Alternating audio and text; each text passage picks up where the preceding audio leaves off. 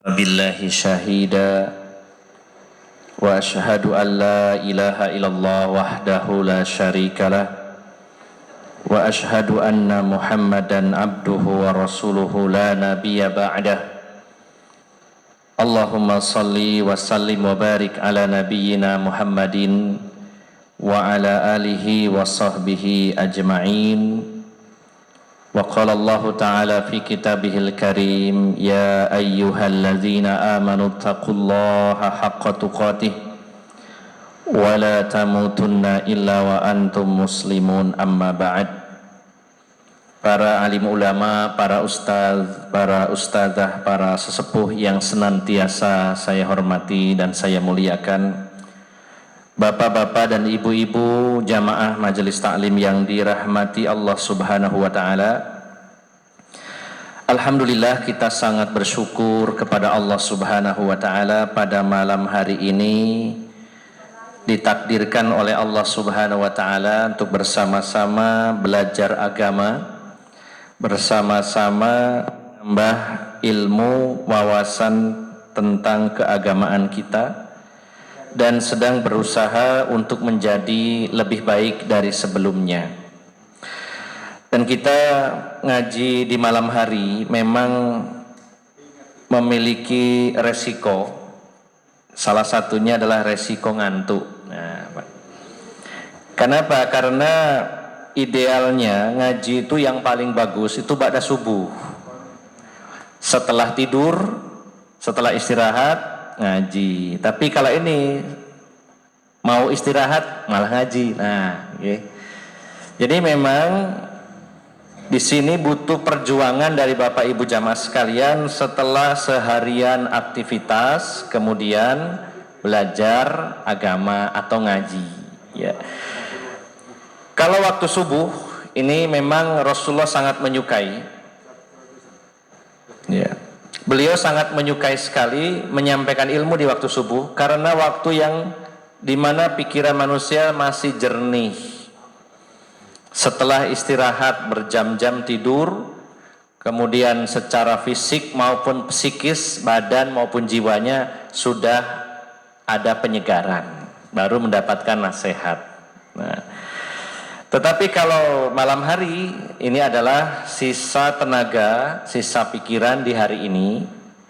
Namun Bapak Ibu jamaah sekalian, mudah-mudahan walaupun di malam hari habis isya, mudah-mudahan bisa menjadi bahan renungan sebelum kita tidur, sebelum kita istirahat.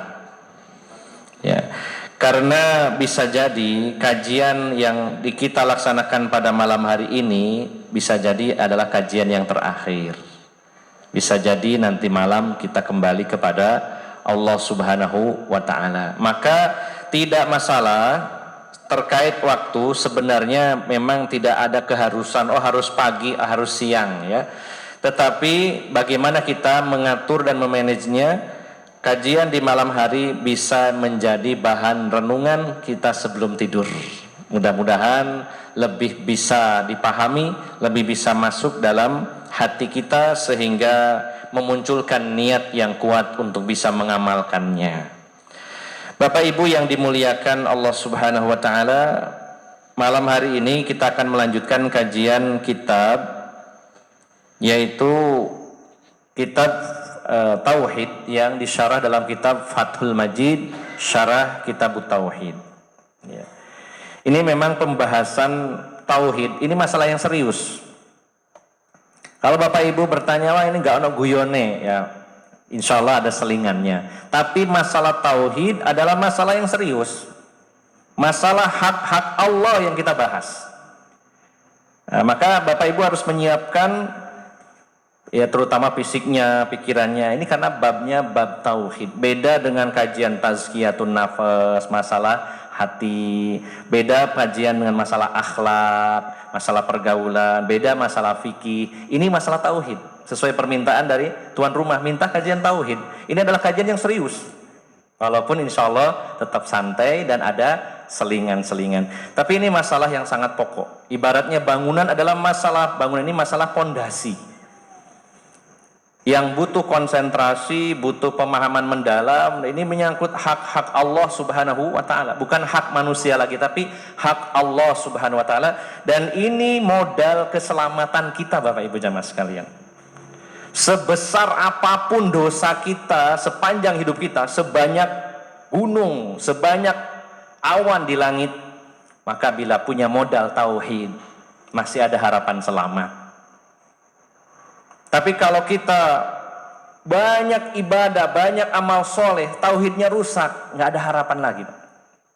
Karena ini pondasi. Bagaimana bangunan yang begitu menjulang, tapi pondasinya keropos, akan roboh bangunan ini. Maka kajian tauhid ini betul-betul membutuhkan konsentrasi penuh dan keseriusan, karena ini adalah modal dasar kita di hadapan Allah Subhanahu wa taala. Inilah jalan keselamatan menuju surganya Allah Subhanahu wa taala. Dan ilmu yang tertinggi dalam Islam adalah ilmu tauhid, karena menyangkut objeknya adalah Allah Subhanahu wa taala. Tinggi rendahnya ilmu dalam Islam itu tergantung dari objek yang dibahas. Semakin tinggi objeknya, semakin tinggi levelnya. Dan ilmu tentang tauhid yang dibahas tentang Allah yang maha tinggi, sehingga levelnya paling tinggi ya. Puncaknya ilmu Islam adalah ilmu tauhid yang menghasilkan tawakal. Endingnya, target akhirnya menjadikan diri kita hamba-hamba Allah yang tawakal, penyerahan secara totalitas kepada Allah Subhanahu wa taala. Bapak Ibu yang dimuliakan Allah Subhanahu wa taala, malam hari ini akan masuk bab yang baru, yaitu babu man tabarraka bi syajaratin aw hajarin wa nahwihima. Bab tabarruk kepada pohon atau batu dan semisalnya. Apa yang dimaksud tabarruk? Ibu bapak semuanya sudah sering mendengar kata-kata barokah nggih? Barokah yang masuk ke dalam bahasa Indonesia menjadi berkah. Ini sudah masuk dalam bahasa Indonesia. Dalam bahasa Arabnya barokah, bahasa Indonesianya berkah, tapi orang Jawa mengatakan berkat. Nah, nek berkat apa Bu? Jajan, sego, nggih. Nggih bagian dari barokah. Ya. Tetapi barokah ini maknanya luas, yaitu zada khairuhu, bertambah kebaikannya, langgeng kebaikannya. Bila kita mengatakan mugi-mugi nggih umure barokah, maksudnya umurnya itu menambah kebaikan bagi orang tersebut. Kalau ada orang umurnya panjang dan menambah kebaikan, berarti umurnya barokah. Kalau ada orang dititipi Allah harta yang banyak, kemudian membawa kebaikan, berarti hartanya barokah. Kalau ada orang dititipi, diberi amanah anak, ya sebagai amanah, dan menambah kebaikan, maka anak yang barokah. Seterusnya begitu. Kalau kita berdagang dan dagangnya membawa kebaikan, menjadi lebih taat kepada Allah, dagangnya barokah. Kalau Bapak Ibu ada yang kerja di kantor, dengan kerja di kantor kemudian nambah kebaikannya, maka pekerjaannya barokah, dan seterusnya. Barokah itu adalah bertambah kebaikannya. Adapun tabaruk artinya tolabul barokah, mencari barokah. Jadi barokahnya itu bertambah kebaikan. Kalau tabaruk artinya usaha untuk mendapatkan barokah, proses usaha untuk mendapatkan barokah, atau orang Jawa bilangnya ngalap berkah. Ngalap ini kan mencari, ya, mencari barokah. Barokah itu kebaikan. Nah ini bab membahas tentang mencari barokah, tapi mencari barokahnya dari pohon, batu, dan semisalnya. Bisa pohon, bisa batu, bisa berupa apa saja, benda-benda apapun. Nah, akan kita bahas Bapak Ibu jamaah. Dan ini pembahasannya sebenarnya sangat simpel dalam bab ini, hanya membawakan ayat, yaitu surat An-Najm ayat riwayat Tirmizi dari Abu Waqid Al-Laitsi, membahas ayat dan hadis. Nah, yang pertama wa qaulullahi ta'ala, dan firman Allah Subhanahu wa ta'ala, Allah berfirman, afara'aitumul lata wal uzza wa manatat tsalitsatal ukhra. Maka apakah patut kamu wahai orang-orang yang musyrik menganggap Lata dan Uzza serta Manat yang ketiga, itu yang paling kemudian ya. Apakah pantas bagi kamu menganggap, maksudnya menjadikan sesembahan, yaitu Lata, Uzza, dan Manat. Ini 3 berhala yang ada di Jazirah Arab waktu itu, selain berhala-berhala yang lainnya. Nah, bagaimana wujud dari berhala-berhala ini? Yang pertama, yang bernama Lata, ada yang membacanya Latta ya, ada 2 redaksi, Latta atau Lata. Sebenarnya ini dalam bahasa Arab bentuk mu'annas dari kata ilah, itu Allah. Bentuk mu'annas itu bentuk perempuan ya. Jadi diambil dari kata Allah, jadi Lata. Nah, Lata ini adalah sebuah batu yang berwarna putih dan ada ukiran, kalau dibuatkan bangunan di atasnya dikasih selambu putih. Dulunya, Bapak Ibu jamaah sekalian, ada seorang laki-laki yang sangat baik, rajin membuatkan roti, bikin adonan roti untuk para peziarah ke tanah suci. Jadi sebelum diutusnya Rasulullah SAW, ibadah haji itu sudah ada sebenarnya, disyariatkan dari zaman Nabi Ibrahim dan Nabi Ismail yang merupakan nenek moyang bangsa Arab, sudah ada. Buktinya Ka'bah itu sudah ada sejak lama sebelum kelahiran Rasulullah Muhammad SAW. Maka banyak orang berziarah, berdatangan ke tanah suci, ke Masjidil Haram, ya, ke Ka'bah, dan ada seorang laki-laki yang biasa membikinkan roti untuk jamaah yang datang. Jadi orang baik, menggiling roti di batu tadi, kemudian meninggal. Nah, maka orang-orang membangun bangunan di kuburannya dan di batu tersebut. Jadi batunya ini berwarna putih, ditutupi selambu dan ditaruh dekat kuburan Lata ini dan diagungkan, bahkan dijadikan berhala. Nah, sebagaimana yang dilakukan oleh kaum Nabi Nuh yang menjadikan patung Wad, Suwa, Yagus, Ya'uk, dan Nasr 5 tadi. Ini Lata. Adapun Uzza ini berada di antara Mekah dan Taif. Dari Mekah dan Taif ada berhala yang namanya Uzza, dari kata ajiz, yang maha perkasa. Ini juga diambil dari nama Allah. Nah, kalau Uzza ini berbentuk pohon, juga dikasih tutup, kemudian dibuatkan gedung, bangunan pemujaan kepada batu ini. Kemudian yang ketiga ada yang namanya Manat, ya, dari kata Manan. Ini juga salah satu nama Allah Subhanahu Wa Taala. Ini berhala yang ada di antara Mekah dan Madinah. Ini baru 3 berhala dan banyak berhala-berhala yang lainnya. Nah, maka Bapak Ibu jamaah sekalian yang dimuliakan Allah Subhanahu Wa Taala, orang-orang musyrikin dulu di Mekah itu mengagungkan dan juga menjadikan berhala-berhala tersebut sebagai sesembahan selain Allah Subhanahu Wa Taala dengan keyakinan akan menambah barokah dalam kehidupannya. Nah, kemudian setelah peristiwa Fathu Mekah, penaklukan kota Mekah, Rasulullah mengeluarkan berhala berupa patung, ada lukisan, ya, dikeluarkan dari sekitaran Ka'bah itu lebih dari 300 buah. Kemudian Rasulullah mengutus pasukan ke beberapa titik untuk menghancurkan berhala-berhala yang ada di sekitaran Mekah. Termasuk berhala yang disebutkan tadi, Lata, Uzza, Manat. Nah, ada kisah yang unik, yaitu ketika Rasulullah mengutus sahabat Khalid bin Walid, panglima Islam, membawa pasukan untuk menghancurkan berhala yang bernama Uzza tadi, bernama Uzza. Berupa pohon tadi ya, berupa pohon, kemudian ada bangunannya.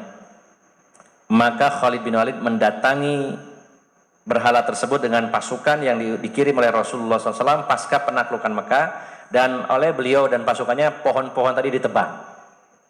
Karena salah satu metode dakwah, kalau memang punya kekuatan, sumber kesyirikannya yang dimusnahkan. Kalau ada orang nyembah patung, patungnya dimusnahkan. Ini bila punya kekuatan. Tapi kalau nggak punya kekuatan, wah ini rame ya, ono patung disembah jenengan bom, yang apa? Pasti rame, bisa ditangkap ya dan sebagainya. Nah, karena waktu itu kaum muslimin berkuasa, Rasulullah menaklukkan kota Mekah, maka mengirim pasukan-pasukan termasuk yang ke daerah antara Mekah dan Taif tadi ada patung Uzza. Setelah ditebang, dihancurkan, Khalid bin Walid kembali kepada Rasulullah SAW dan melapor, ya Rasulullah, tugas saya sudah selesai. Kata Rasulullah, Anda belum melakukan apa-apa wahai Khalid, balik lagi ke sana. Padahal sudah dihancurkan pohon tersebut. Maka para pemujanya berlarian ke gunung-gunung dan Khalid datang lagi ke tempat tadi yang tadi ditebang pohonnya, dan di situ beliau menjumpai seorang wanita yang telanjang bulat, kemudian rambutnya acak-acakan dan menaburkan tanah di rambutnya. Maka dari kejauhan Khalid bin Walid mengacungkan pedangnya, kemudian dibunuhlah wanita tadi dan kembali kepada Rasulullah SAW.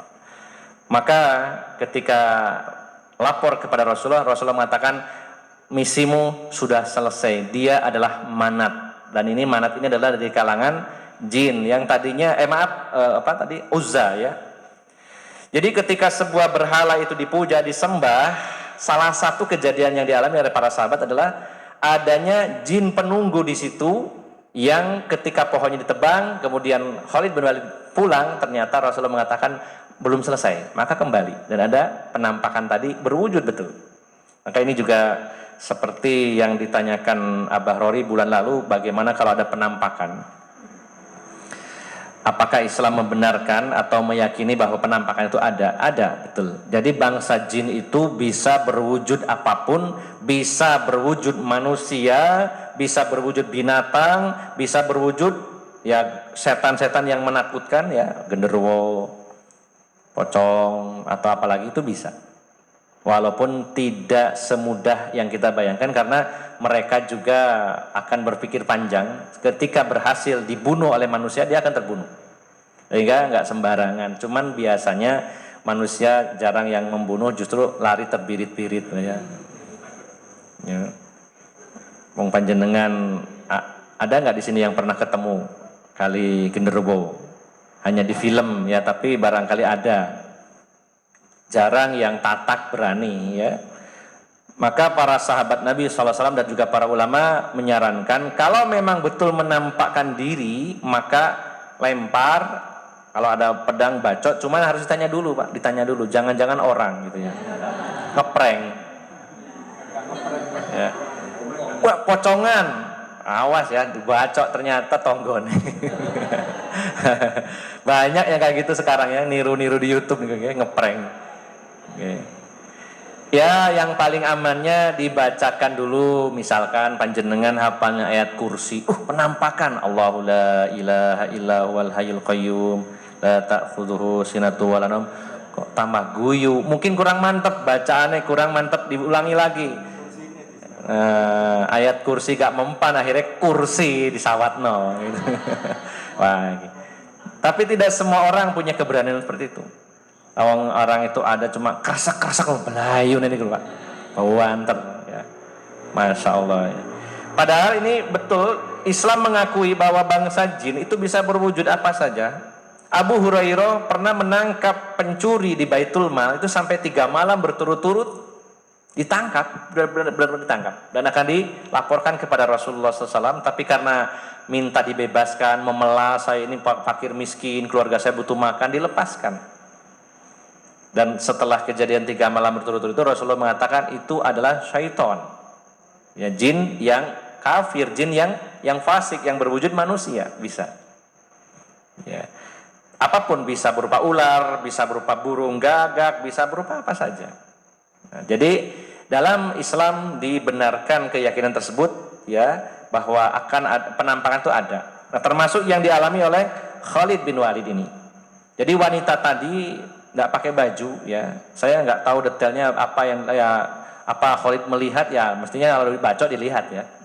Tapi kan penampakannya juga kotor, bahkan rambutnya tuh acak-acakan, nggak karu-karuan, kemudian naburkan tanah di kepalanya. Wah, Ya mungkin Nun Sewu ya, mirip yang di jalan-jalan itu keliling nggak gitu ya.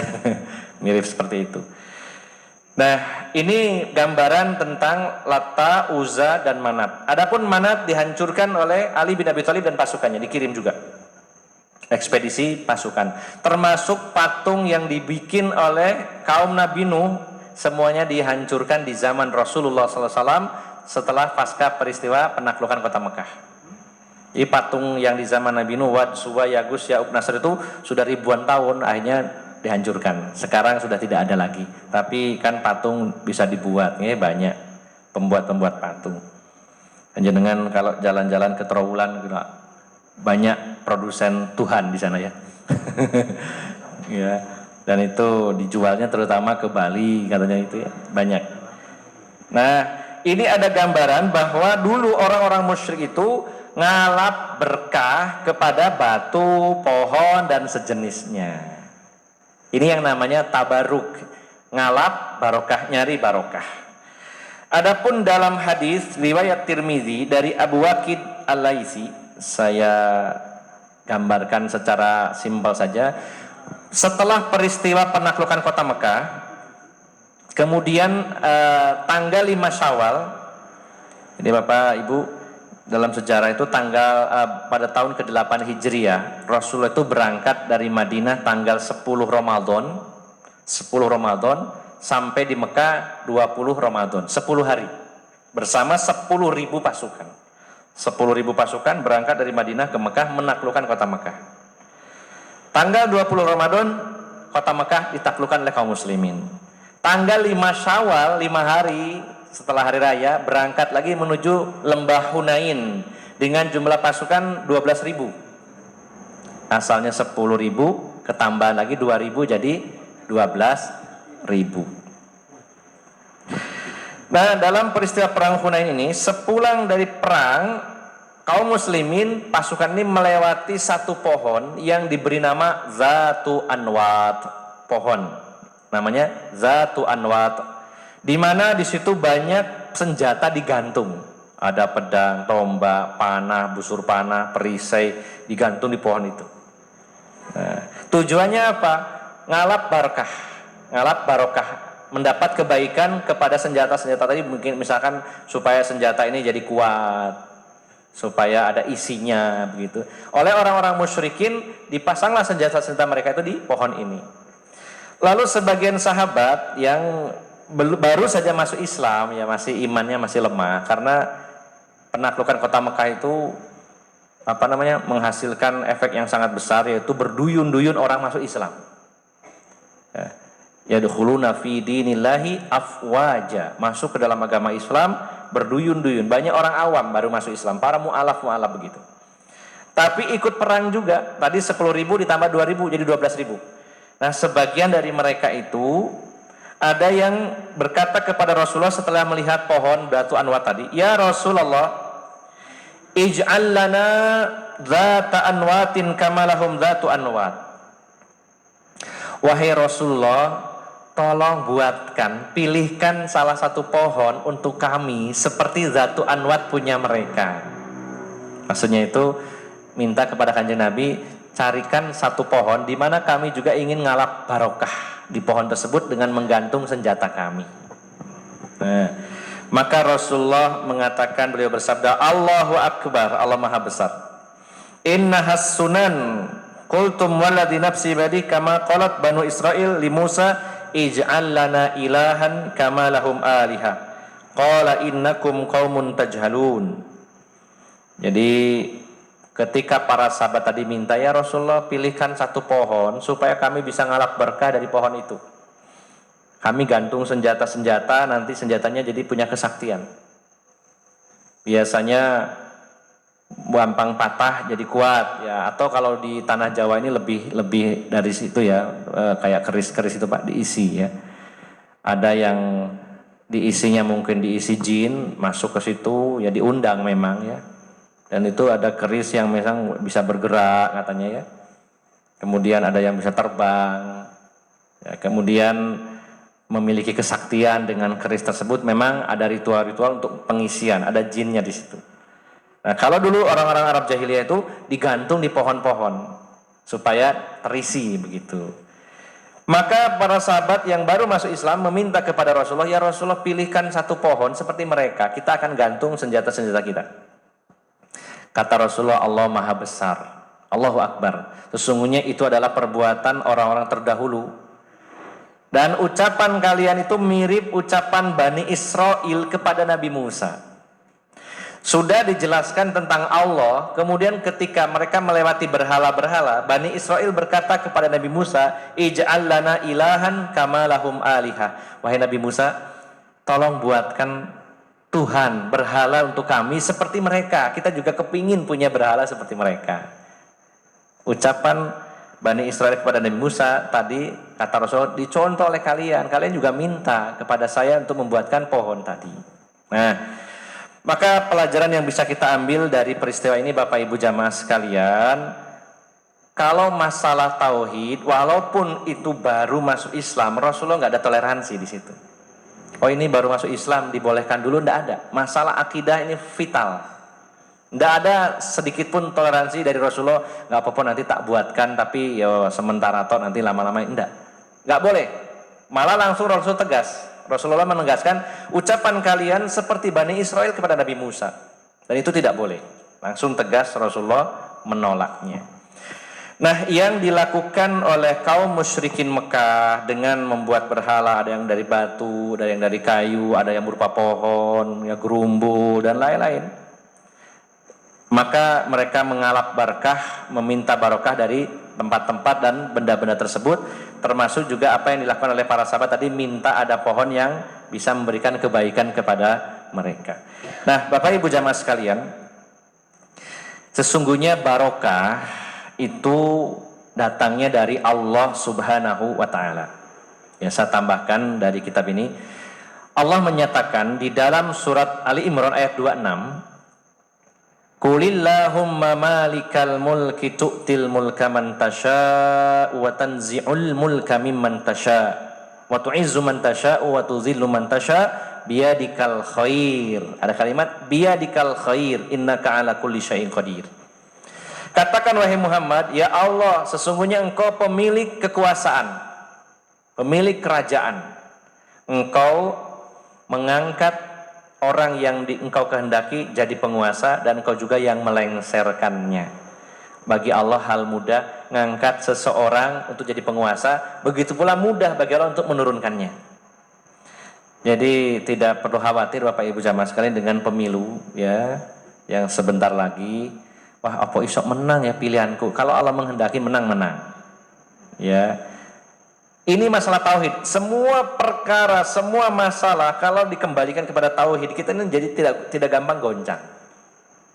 Menurut akal manusia kayaknya nggak mungkin, tapi bagi Allah bisa. Ini kayaknya nggak mungkin Ustadz jadi pemimpin lah, apa dijegal misalkan ya, kemudian diserang dari berbagai sudut, ya nggak punya duit lagi, wah dan macam-macam lah. Belum lagi nanti kalau pemilunya curang bagaimana, gak mungkin menang. Bagi Allah mudah. Ya, harus yakin kalau memang Allah mentakdirkan harus diangkat ya jadi seorang pemimpin. Tapi kalau Allah mentakdirkannya, oh ternyata tidak, ya ada kebaikan nanti setelahnya. Begitu pula nurunkan, bagi Allah mudah, sangat mudah. Menurut pandangan manusia kayaknya gak mungkin turun ini, tapi bagi Allah gampang sekali. Nah, karena Allah yang menguasai semua kerajaan langit dan bumi. Allah juga memuliakan seseorang yang dikehendakinya dan menghinakan orang-orang yang dikehendakinya. Mudah bagi Allah. Yang tadinya hina dimuliakan, yang mulia jadi hina, mudah. Nah, poinnya ada kalimat biyadikal khair, di tangan engkau lah ya Allah segala kebaikan. Barokah itu dari Allah. Maka kalau ada orang minta barokahnya kepada selain Allah, ini termasuk syirik apa buatan Pak, Ibu? Karena yang punya barokah Allah, mintanya kepada selain Allah. Ya. Atau ada orang yang memintanya sebenarnya kepada Allah, tapi melalui perantaraan yang tidak disyariatkan. Sebenarnya orang-orang musyrikin Mekah itu, mereka tidak minta ke batu, mereka tidak minta ke pohon, tapi menjadikan batu, pohon, berhala itu sebagai perantara, tapi tetap kategorinya syirik. Wasilah. Mereka mengatakan dalam Al-Quran, ma na'buduhum illa liyuqarribuna ilallahi zulfa. Kami itu loh gak nyembah berhala. Mereka mengatakan begitu. Kami tidak nyembah berhala ini. Berhala ini cuma perantara antara kami dengan Allah. Mereka mengenal Allah Subhanahu wa ta'ala. Tetap termasuk syirik. Mintalah langsung kepada Allah Subhanahu wa ta'ala. Jadi poinnya adalah barokah atau kebaikan itu hanya dari Allah, tidak ada dari selain Allah Subhanahu wa ta'ala. Nah, akan tetapi Bapak Ibu jamaah sekalian, Allah memberikan barokah, kebaikan itu bisa jadi pada sesuatu di antara makhluknya yang ada rekomendasi dari Allah Subhanahu wa ta'ala. Contohnya Allah berikan barokah dari sisi waktu. Kalau berupa bulan, contohnya bulan Ramadan. Barokahnya dari Allah, tapi Allah jadikan bulan Ramadan bulan yang barokah. Rasulullah dawuh bersabda, qad ja'akum syahru Ramadan syahrum mubarak. Telah datang kepada kalian bulan Ramadan, bulan yang penuh barokah. Barokahnya tetap dari Allah, tapi Allah jadikan bulan ini bulan barokah, bulan Ramadan. Artinya banyak kebaikannya. Nah, kita merasakan Bapak Ibu, nek Ramadan itu banyak napa buatan Bu kebaikannya Bu? Banyak nggih. Napa niku? Kebaikan THR. Nah, langsung ini kebaikan. Nggih, termasuk kebaikan apa mboten THR ini? Nggih. Enten THR niku bulan Suro niku. Ya, bulan Ramadan. Ini salah satu barokahnya ya. Kemudian barokahnya bulan Ramadan itu banyak makanan gratis, nggih. Takjil di mana-mana itu nggih. Sepi-sepine negara ini takjil masih banyak di masjid-masjid, di pinggir-pinggir jalan masih ada. Ya, banyak barokah. Perguliran perputaran uang juga begitu luar biasa di bulan Ramadan ini. Ya, perputaran uang lancar. Itu dalam sisi duniawi, belum dalam sisi akhiratnya. Panen pahala, panen rahmat, panen ampunan. Ada malam 1000 bulan dan sebagainya. Ini barokah. Barokahnya dari Allah, tapi Allah jadikan waktu barokah. Ini yang bulan. Ada lagi yang harian, waktu barokah itu yaitu waktu pagi hari.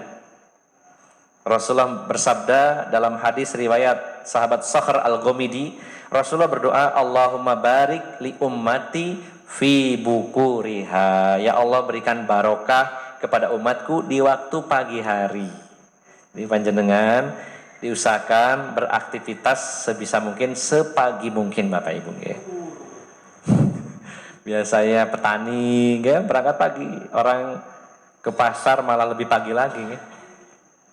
Nih, kulaan ke pasar apa sing enten sing bakul bakso mriki nggih. Giling bakso nang Pasar Tanjung napa Pasar Kemelagi. Pagi semakin bagus barokah. Ini barokah di waktu pagi. Allah jadikan barokah dari waktu. Jadi yang perlu dicatat oleh kita adalah barokahnya itu datangnya dari Allah. Cuma Allah jadikan waktu itu mengandung barokah. Nah, ada dalilnya. Kemudian contoh lagi barokah dari tempat. Di antaranya Rasulullah bersabda, la tasyuddur rihal illa ila salasati masajid. Tidak boleh bepergian dalam rangka ibadah mengkhususkan pergi kecuali ke 3 masjid. Kalau masjid lain tidak ada yang spesial, tapi 3 masjid ini barokahnya lebih, yaitu Masjidil Haram, Masjid Nabawi, Masjid Al-Aqsa. Kalau masjid selain 3 itu kedudukannya sama antara yang satu dengan yang lainnya. Masjid Bapak Ibu di sini sama Istiqlal sama. Masjid Bapak Ibu panjenengan di sini sama Masjid Ampel sama, tidak ada bedanya. Oh, di sana beda Ustadz, pahalanya lebih besar, butuh dalil. Yang dijelaskan itu ada 3 masjid yang beda. Selain 3 masjid sama, kedudukannya sama sebagai rumah Allah secara umum. Nah, maka Allah berikan barokah ke 3 tempat tadi, 3 masjid tersebut. Barokahnya berupa tempat, contohnya. Kemudian berupa benda. Dalam hadis riwayat Muslim, Rasulullah bersabda, fa innaha mubarakah. Maka sesungguhnya air Zam-Zam itu barokah, mengandung barokah. Fa innaha ya ta'amun ta'min. Sesungguhnya air zam-zam itu adalah makanan yang mengenyangkan. Rasulullah menyebutnya makanan, padahal itu berupa air. Makanan yang mengenyangkan. Ya ternyata kalau diteliti Bapak Ibu, air zam-zam niku mineralnya paling tinggi di dunia. Tidak ada air yang terbaik di dunia kecuali air zam-zam. Itu yang gali sumurnya bukan tukang ngebor Ibu, tapi malaikat langsung sing gali sumurnya. Ya. Sudah ribuan tahun tidak pernah surut, tidak pernah kering, padahal di gurun pasir. Nah itu setelah diteliti ternyata air zam-zam itu air yang sangat dalam, sudah mendekati magma dari dasar bumi. Kemudian bumi ini retak, keluarlah air melalui celah-celah batu. Sebenarnya panasnya di atas 5.000 derajat awalnya. Sekitar 5 sampai 6.000 derajat Celcius panas nih. Air mendidih aja 100 derajat Celcius, ini 5.000-an. Tapi melewati batu-batu yang jauh sekali jaraknya sampai ke permukaan jadi dingin. Dan ini air yang terbaik di dunia, ini diakui oleh orang-orang yang non-muslim, ya, para ilmuwan pun mengakui air zam-zam ini yang terbaik. Maka Rasulullah menyatakan fa innaha mubarakah, air zam-zam itu mengandung barokah. Nah, barokahnya dari Allah, tapi Allah jadikan air zam-zam mengandung barokah. Sehingga kita boleh minum air zam-zam lalu meyakini bahwa Allah berikan barokah di air ini. Tetap kembalinya kepada Allah. Tapi kalau kita ngambil air di sumur lain lalu mengatakan wah ini barokah, ya ini kalau secara khusus tidak, karena tidak ada yang keterangan tentang itu.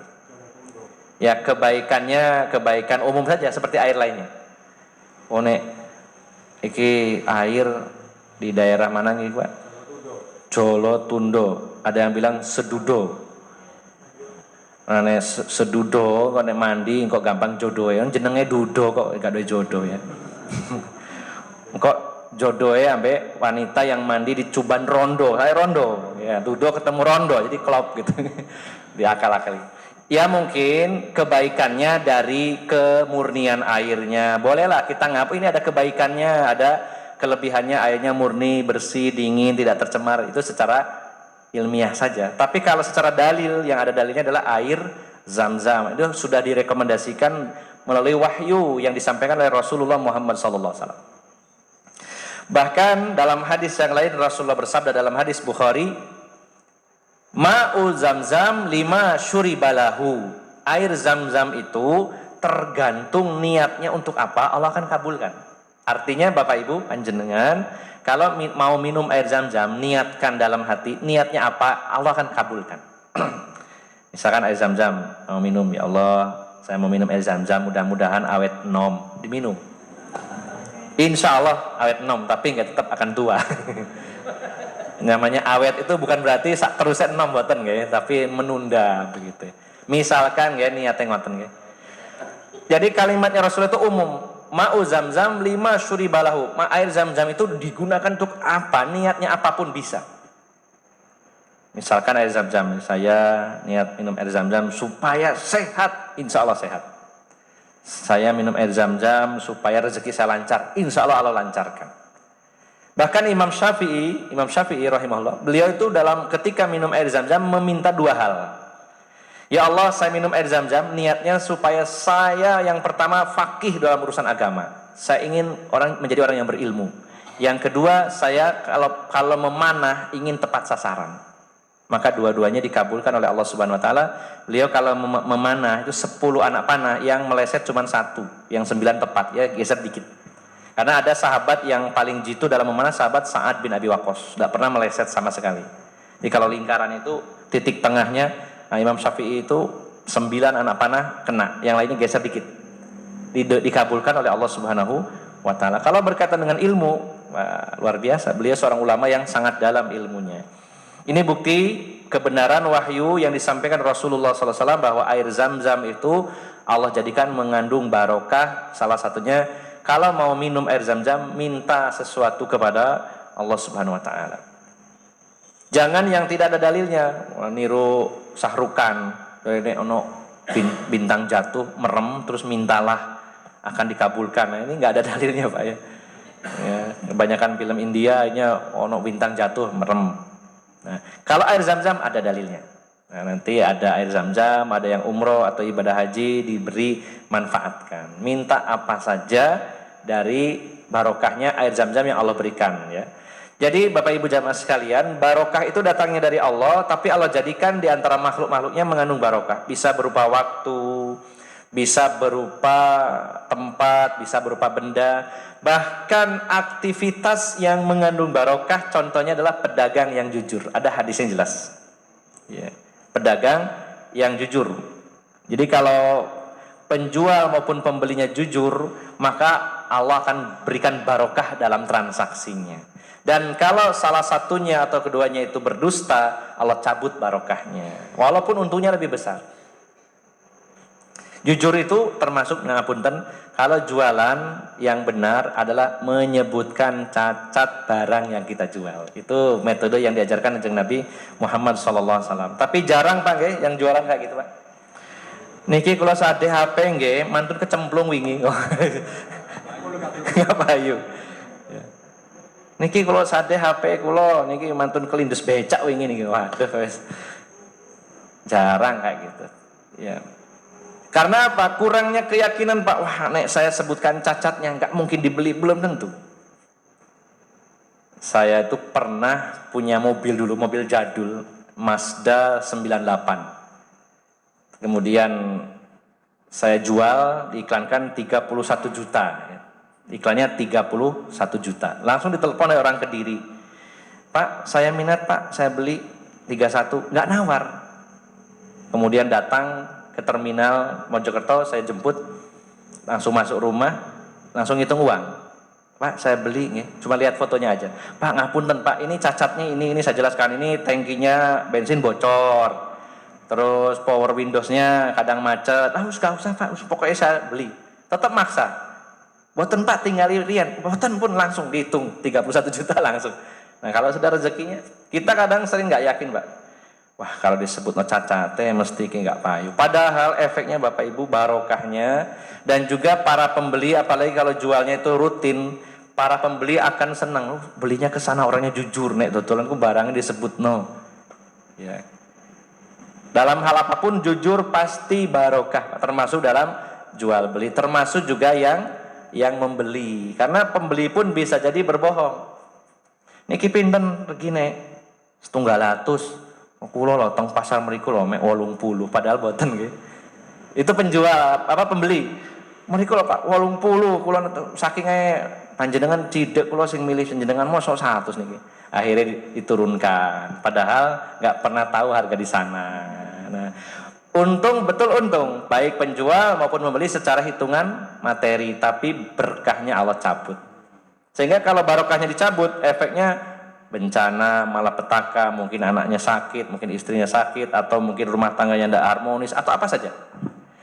Nah, jadi Bapak Ibu jamaah sekalian yang dimuliakan Allah Subhanahu wa taala, barokah itu adalah kebaikan dan datangnya dari Allah Subhanahu wa taala, sehingga kita mintanya kepada Allah. Tidak boleh kita ngalap berkah kepada makhluk. Ya, apalagi sampai kepada makhluk yang lebih rendah dari manusia. Ngapunten ya, setiap bulan Syuro itu banyak orang ngalap berkah sama kotoran kebo, ada ya Pak? Ya, itu kotorannya Pak ya, bukan kebonya saja, bahkan kotorannya itu jadi rebutan. Nah, sekarang secara ilmiah, tidak ilmiah, secara dalil juga tidak ada, secara nalar manusianya kotoran kebo. Ya, tapi karena apa? Diyakini ada barokahnya di situ, ada manfaatnya, sehingga kita dibodohi seperti itu. Dan ini sudah turun temurun, dan ini termasuk tabaruk tadi, ngalap barokah yang tidak disyariatkan.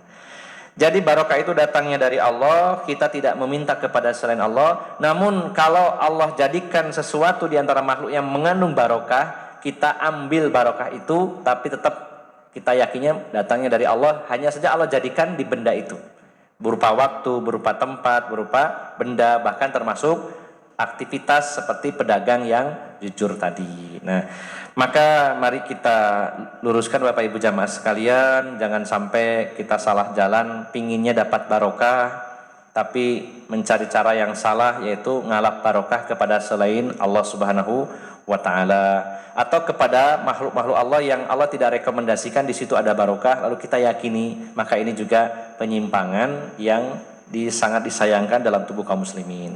Dan pada hari ini banyak sekali orang yang melakukan itu. Mudah-mudahan kita semuanya mendapatkan petunjuk hidayah dari Allah, dan juga saudara-saudara kita pun mudah-mudahan senantiasa mendapatkan hidayah dan petunjuk dari Allah Subhanahu wa Ta'ala. Baik, simpel saja dan singkat saja, yang penting bisa dipahami, mudah-mudahan bisa diamalkan. Barangkali ada yang kurang jelas atau ingin ditanyakan, Bapak Ibu kami persilahkan. Monggo. Terima kasih Ustadz. Bapak Ibu, untuk sesi berikutnya yakni tanya jawab, Bapak Ibu bisa menyampaikan sesuatu, bisa memberikan satu tanggapan. Untuk yang pertama kami berikan kepada ibu-ibu, silakan monggo.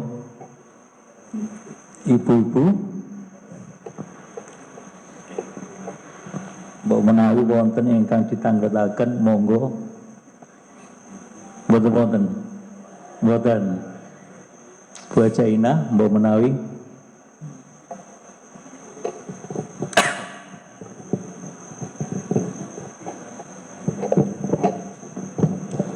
Bismillahirrahmanirrahim. Assalamualaikum warahmatullahi wabarakatuh. Waalaikumsalam warahmatullahi wabarakatuh.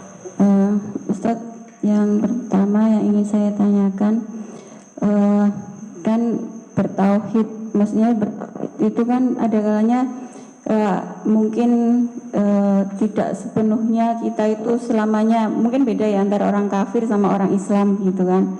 Kalau orang kafir kan pastinya dia memang sudah jelas dia tidak bertauhid begitu.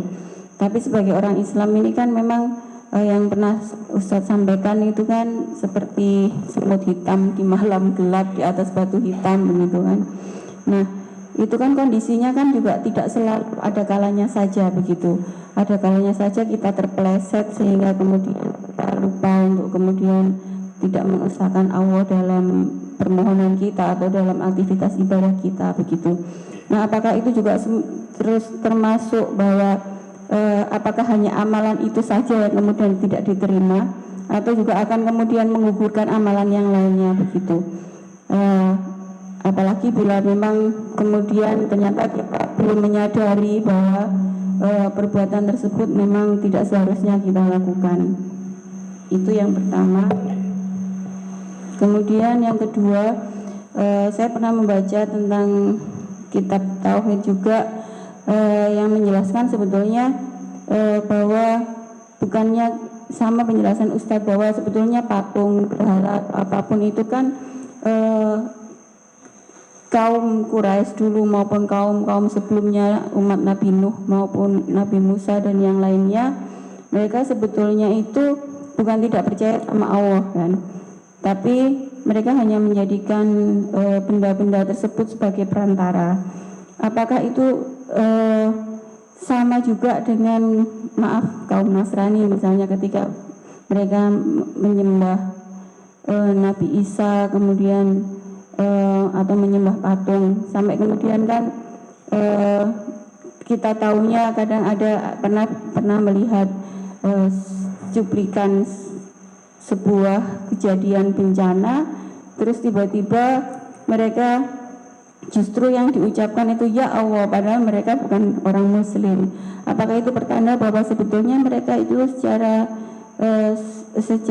naluri ya, mungkin bahwa memang itu mereka adalah mengakui Allah, tapi mungkin entah kenapa begitu mereka sehingga tidak sepenuhnya mengakui. Terus yang ketiga adalah apakah sebetulnya berzikir dengan bilangan tertentu, ini mungkin di luar tema, tapi saya ingin mendapatkan penjelasan dengan berharap misalnya, kalau saya pernah mendengar, kalau ingin dapat rezeki misalnya sesuai apa yang kita mau, baca ini 1000 kali begitu, atau ini 5000 kali begitu. Apakah itu diperkenankan Ustadz? Mungkin itu saja. Dan apakah itu juga memang itu tidak diperkenankan, apakah itu juga bentuk dari syirik begitu? Terima kasih Ustadz. Ada 3 pertanyaan.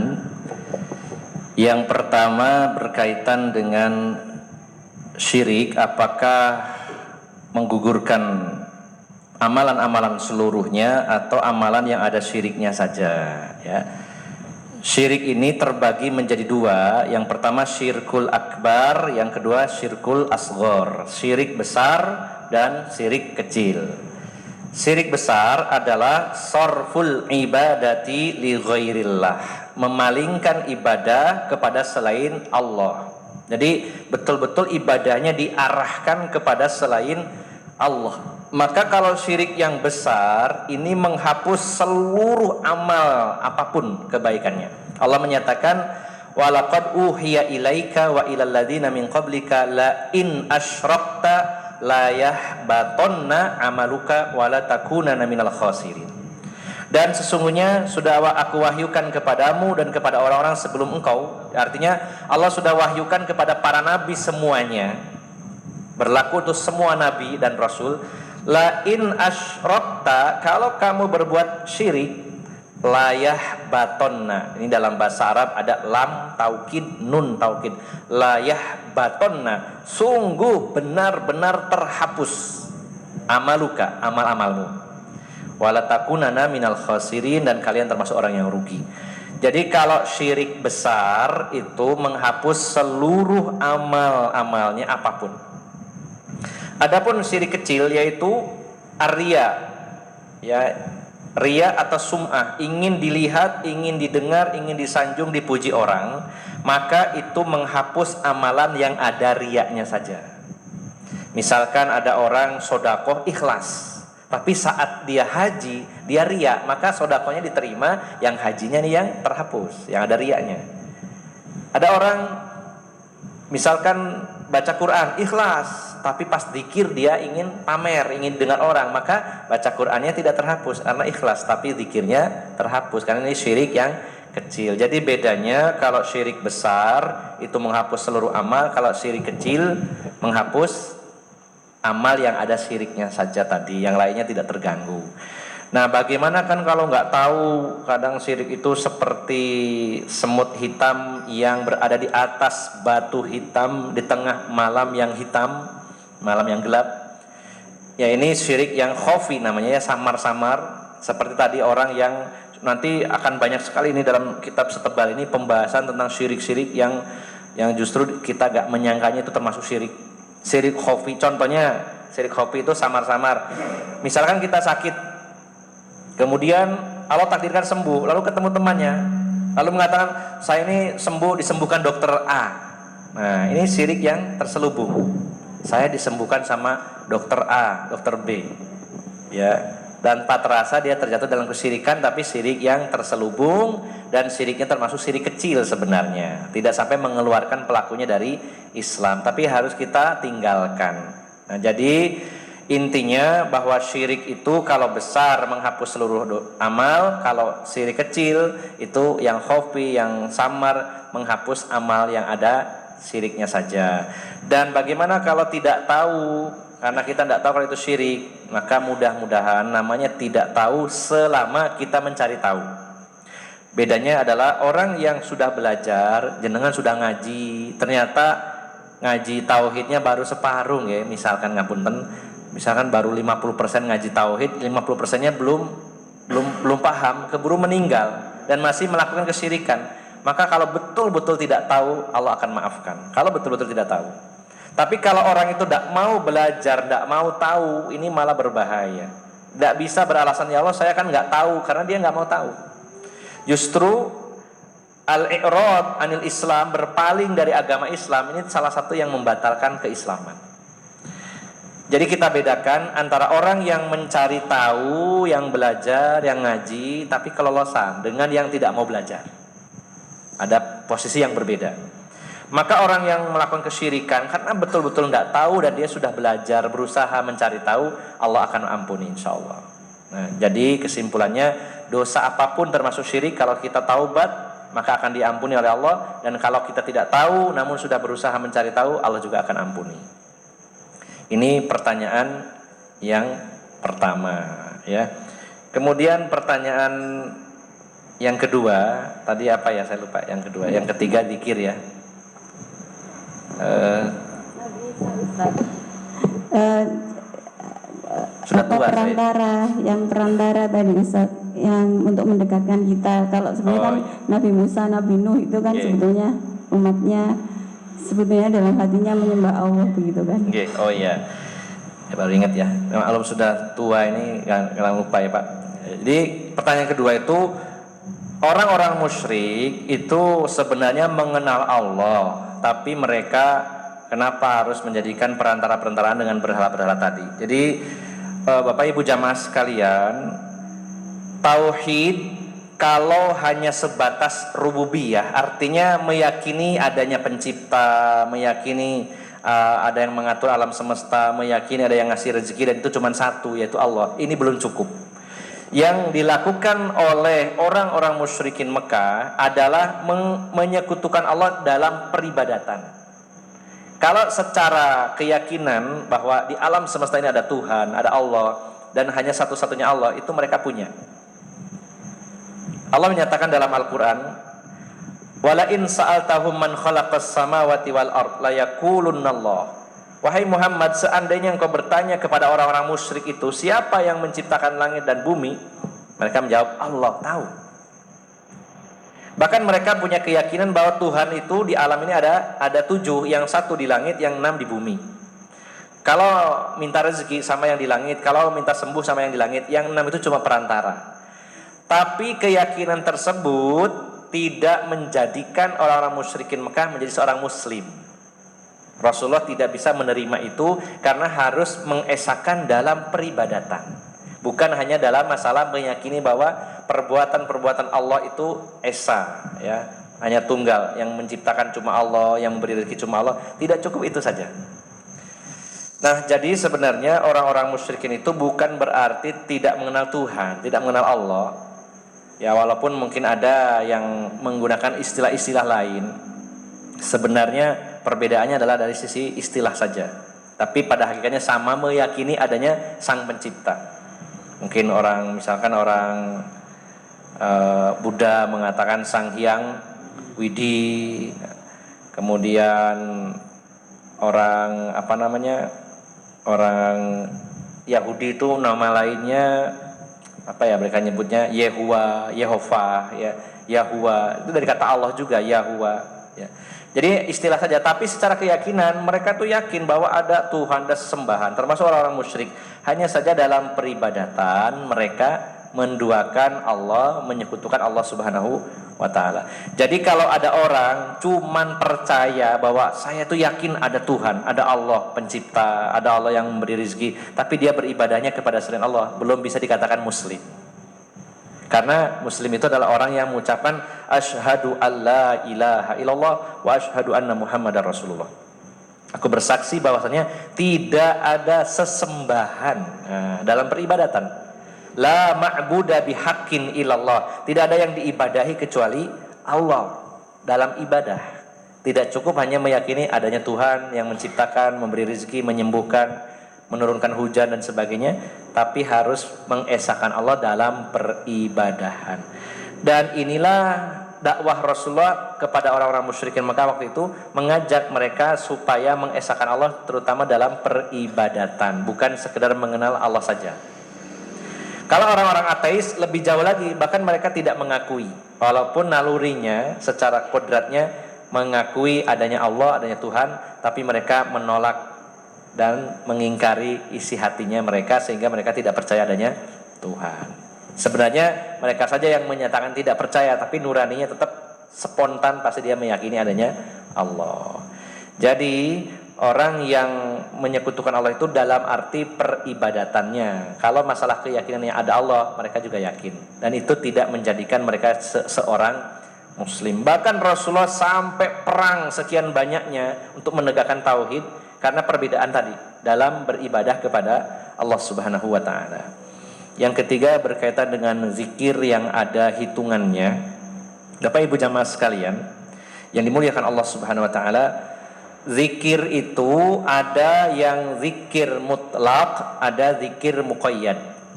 Mutlak itu zikir yang tidak terikat, bebas. Tempatnya, waktunya, jumlahnya bebas. Ini namanya mutlak. Tapi kalau zikir muqayyad itu ada ketentuan. Misalkan waktunya, jumlahnya, ya. Maka ini ada ketentuan. Maka zikir yang mutlak ini tidak ada batasan jumlah. Allah menyatakan, ya ayyuhalladzina amanu dzkuru zikran katsira. Wahai orang yang beriman, ya, berzikirlah kepada Allah dengan zikir yang banyak. Bebas, panjenengan misalkan mau baca subhanallah subhanallah sehari semalam, bebas berapapun. Tapi ada zikir yang muqayyad, hitungannya ditetapkan oleh Rasulullah SAW. Misalkan baca subhanallah setelah sholat, waktunya ditetapkan setelah sholat 5 waktu, jumlahnya ditetapkan, yaitu subhanallah 33, kemudian alhamdulillah 33, kemudian Allahu Akbar 33, terus ditutup sama la ilaha illallah wahdahu la syarikalah dan seterusnya. Ini ada ketetapan jumlahnya 33, 33, 33. Sehingga kita tidak akan menambah ataupun mengurangi sesuai yang dicontohkan Rasulullah SAW karena terikat. Tapi kalau mau nambahkan di zikir yang mutlak tadi bebas. Sambil masak subhanallah, subhanallah, subhanallah, sambil jalan subhanallah, bebas. Nah, maka ketika Rasulullah tidak mengikat, tidak menetapkan, lalu kita menetapkan sendiri, maka ini membutuhkan dalil. Kalau tidak ada dalilnya, maka tidak diperkenankan. Kalau mau berzikir yang tidak ada dalilnya secara khusus, berarti zikir yang mutlak, bebas. Tapi kalau menetapkan jumlah, butuh dalil. Kenapa ditetapkan sekian? Siapa yang menetapkan? Kita atau kiai atau Rasulullah? Sehingga kalau ada orang, nanti kalau baca Allahu Akbar 7.000 kali akan dapat ini. Nah, ini yang menetap ini siapa? Pertanyaannya adalah siapa? Apakah kita atau guru kita? Guru kita dari siapa? Kalau itu dari Rasulullah SAW, maka kita akan ikuti. Misalkan Rasulullah mengatakan, barang siapa membaca la ilaha illallah wahdahu la syarikalah lahul mulku wa lahul hamdu yuhyi wa yumitu wa huwa ala kulli syai'in qadir 10 kali. Nah, Rasulullah mengatakan 10 kali. Maka dia seperti memerdekakan 4 orang budak. Nah, ada fadilahnya. Doa masuk pasar, la ilaha illallah wahdahu la syarikalah lahul mulku wa lahul hamdu yuhyi wa yumitu wa huwa ala kulli syai'in qadir dan seterusnya. Kata Rasulullah, siapa yang membaca itu ketika masuk pasar, maka Allah akan menaikkan derajatnya 1 juta derajat dan mengampuni dosanya 1 juta dosa. Ada ketetapannya. Dibacanya adalah ketika masuk pasar. Jadi Bapak Ibu jamaah sekalian, kalau zikir mutlak tidak ditetapkan waktu masuk masjid, waktu masuk pasar, bebas. Tempatnya bebas, waktunya bebas, jumlahnya juga bebas. Ini silakan berapapun. Tapi kalau yang muqayyad terikat, berarti harus ada yang mengikat. Siapa? Yaitu Rasulullah yang menjelaskan. Oh, ini dibacanya 33, yang ini 100 kali, yang ini 70 kali, yang ini sekian. Yang menetapkan itu adalah Rasulullah Muhammad SAW atas wahyu dari Allah Subhanahu wa Ta'ala. Dan kita tidak punya wewenang untuk menetapkan hitungan-hitungannya selama tidak ada keterangan dari Nabi. Berarti boleh apa tidak? Tidak boleh. Bukan zikirnya yang tidak boleh, menetapkannya. Menetapkannya yang nggak boleh. Kalau saya ditanya, Ustadz, zikir itu bagus? Bagus. Kalau menetapkan, ya bagus kalau ditetapkan Rasulullah. Coba saya bertanya ke bapak-bapak, Pak, sholat itu bagus napa buatan Pak? Bagus. Sholat itu terikat napa bebas? Terikat, ya jumlah rakaatnya, bahkan waktunya. Nah, kalau memang bagus, bolehkah kita sholat subuh 5 rakaat? Kan bagus Pak tadi ya, orang sholat kok. Misalkan gini, ngomong sholat kok sampean salah no, loh, sholatnya ndak salah, tapi jenengan netapkannya siapa yang netapkan? Ketika ada orang zikir kok ibadah disalahno, bukan zikirnya, tapi menetapkan jumlahnya dan akan begini begitunya, siapa yang menetapkan? Yang punya hak menetapkan syariat adalah Allah Subhanahu wa Ta'ala melalui lisannya Rasulullah Muhammad SAW. Jadi kita ini sebenarnya sudah diberi peluang, monggo mau zikir bebas, zikir mutlak, nggak ada ikatan berapapun. Nah, kalau mau yang terikat, berarti kita cari Rasulullah ngikatnya berapa, hitungannya, waktunya kapan, tempatnya di mana. Nah, itu yang insya Allah benar. Jadi bukan masalah zikirnya yang jelek, tapi menetapkan sesuatu bukan wewenang kita. Menetapkan sesuatu yang ditetapkan Allah dan Rasulullah Muhammad SAW. Saya tanya lagi, kalau puasa itu bagus apa buatan Pak? Bagus. Tapi panjenengan menetapkan puasa setiap Selasa Sabtu, boleh enggak? Menetapkan. Oh, nek puasa Selasa sampai Sabtu niku kok jenengan oleh rezeki sing melimpah. Kira-kira kalau seperti itu boleh apa buatan? Puasa loh Pak, kan saya ibadah loh niku. Nah, kita pun mengakui, oh, betul Ustaz puasanya ibadah, tapi menetapkan Selasa dan Sabtunya itu yang jadi masalah. Nggih. Misalkan sekarang baca Quran itu saya nggih, baca Quran saya. Tapi kalau panjenengan menetapkan saya mau baca surat Kulhu sebanyak 10 kali sambil ngadep matahari di pagi hari. Nah, baca kulhunya berpahala, tapi kenapa harus ada embel-embel harus 10, harus ngadep matahari. Nah, ini menetapkannya yang disalahkan, bukan bacaannya. Jadi tidak termasuk dalam kesyirikan karena tidak ada unsur menduakan Allah, tapi ini membuat ihdats, perkara-perkara baru dalam agama ini yang juga dilarang oleh Rasulullah SAW. Rasulullah menyatakan man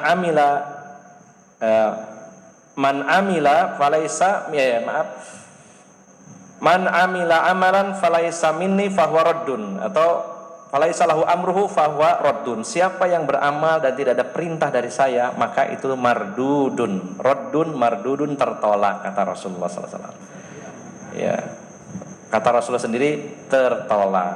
Nah, jadi Bapak Ibu jamaah sekalian, amal itu memenuhi 2 syarat sebagaimana 2 kalimat syahadat. 1, ikhlas karena Allah. Yang kedua, mutaba'atu bima ja'a bihi Rasul, mencontoh Rasulullah Muhammad sallallahu alaihi wasallam. Dan kata kuncinya, kaedahnya, rumusnya adalah al aslu fil ibadati at-tahrim. Asal dari ibadah itu haram. Kita melakukan ibadah apapun nggak boleh kecuali ada perintahnya. Jadi kan kalau rumus itu dipegang enak, terus kita nggak usah ibadah. Nah, ini ada perintahnya, kita ibadah. Jadi ada pakemnya, gitu nggih. Agama ini tidak sewenang-wenang seenaknya setiap orang, wah saya punya kreasi menambahkan. Kalau urusan dunia monggo. Urusan dunia. Nah, seringkali orang itu terjebaknya, nek memang perkara baru itu nggak boleh, Ustaz nggak boleh gawe mie, ini perkara baru. Nah, itu nggak paham dia. Nggak paham yang diinginkan oleh Rasulullah itu perkara baru yang dalam hal apa. Kalau orang azan, kalimat azannya jelas, kalau dia rubah maka itu perkara baru. Tapi kalau alatnya itu urusan dunia untuk mengeraskan suara, tidak ada kaitannya dengan aturan azannya. Yang Rasulullah minta adalah keraskan sekeras-kerasnya, maka pakai alat, gitu ya. Ibadah haji dulu naik unta, sekarang naik pesawat, itu kan perkara baru. Dulu Rasulullah nggak pernah naik pesawat, ya memang nggak ada. Tapi nggak merubah manasik hajinya, cuman sarananya saja, hanya urusan dunianya saja. Nah, sementara yang dilarang dalam Islam itu adalah perkara-perkara baru yang dijadikan syariat, merubah syariat, menetapkan sesuatu dalam urusan agama, bukan dalam urusan dunia. Rasulullah menyatakan, antum a'lamu bi umuri dunyakum, urusan dunia kalian malah lebih tahu dari saya. Kalau urusan dunia silakan. Ada orang nanam kurma diajari Rasulullah tapi tidak buah-buah. Ternyata terus protes, ya Rasulullah saya sudah nanam kurma sekian lamanya nggak berbuah, engkau ajari begini-begini nggak berbuah. Lalu ada sahabat lainnya mengatakan, itu harus dikawinkan mas, kurma jantan dengan betinanya, serbuk sarinya dipercikan ke pohon kurma yang betina. Jadi kurma itu ada jantan ada betinanya, yaitu serbuk sarinya dipercikan, barulah berbuah. Lalu Rasulullah mengatakan, kamu lebih tahu urusan dunia daripada saya. Antum a'lamu bi umuri dunyakum. Kalau urusan dunia monggo silakan ya, sarana-sarana ibadah mau pakai apa, tapi kalau ibadahnya itu sendiri kita tidak punya wewenang untuk mengurangi maupun menambah atau berkreasi, menetapkan sesuatu yang ditetapkan Rasulullah dan kita tidak menetapkan sendiri ya. Demikian, agak panjang lebar tapi pertanyaan yang sangat bagus sekali. Alhamdulillah ya. Terima kasih Ustadz. Selanjutnya untuk bapak-bapak atau sementara belum dulu? Ngaten, oke, monggo. Assalamualaikum warahmatullahi wabarakatuh. Assalamualaikum warahmatullahi wabarakatuh. Ini Ustadz mau bertanya masalah 2 kalimat syahadat supaya kita itu lebih mantap, lebih yakin iman kita kepada Allah Subhanahu wa taala.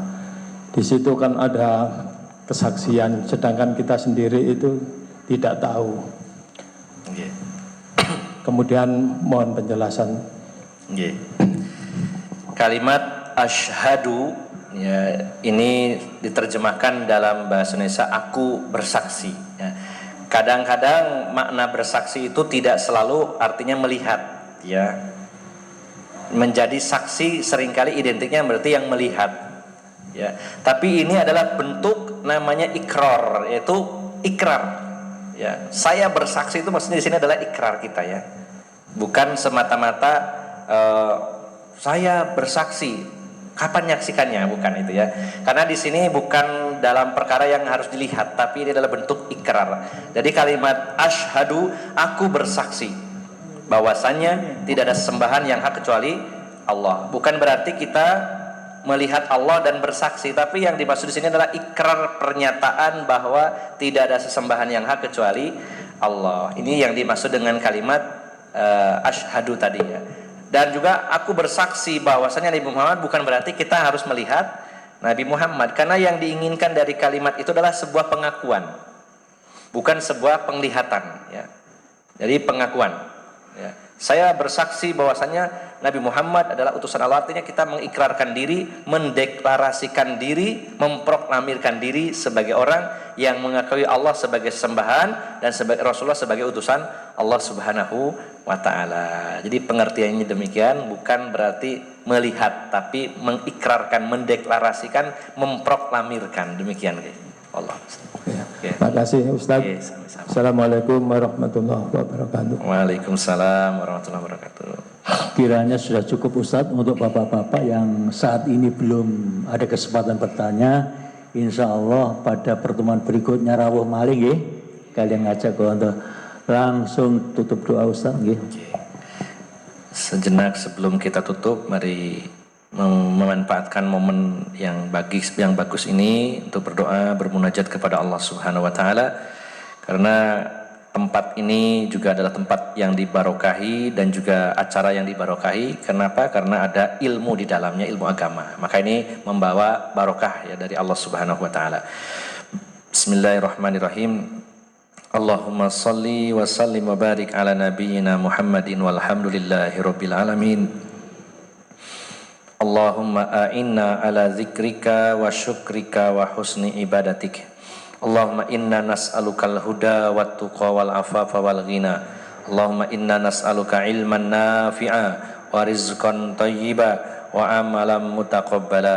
Allahumma inna na'udzubika min ilmin la yanfa' wa min qalbin la yakhsha wa min nafsin la tashba wa min du'ain la yusma. Ya hayyu ya qayyum bi rahmatika nastaghits. Ya hayyu ya qayyum bi rahmatika nastaghits. Ya hayyu ya qayyum bi rahmatika nastaghits. Rabbana zalamna anfusana wa illam taghfir lana wa tarhamna lanakunanna minal khasirin. Rabbana ighfir lana dzunubana wa liwalidayna warhamhuma kama rabbayana shighara. Rabbana afrigh alaina sabran wa tsabbit aqdamana wansurna 'alal qaumil kafirin. Rabbana la tuzigh qulubana ba'da idh hadaitana wa hab lana min ladunka rahmah innaka antal wahhab. Allahumma ya muqallibal qulub tsabbit qulubana 'ala dinik wa ya musarrifal qulub sarrif qulubana 'ala ta'atik. Allahumma anta rabbuna farzuqnal istiqamah. Allahumma khtim lana bihusnil khatimah. Rabbana atina fid dunya hasanah wa fil akhirati hasanah wa qina azabannar. Subhana rabbika rabbil izzati amma yasifun wassalamun alal mursalin walhamdulillahi rabbil alamin.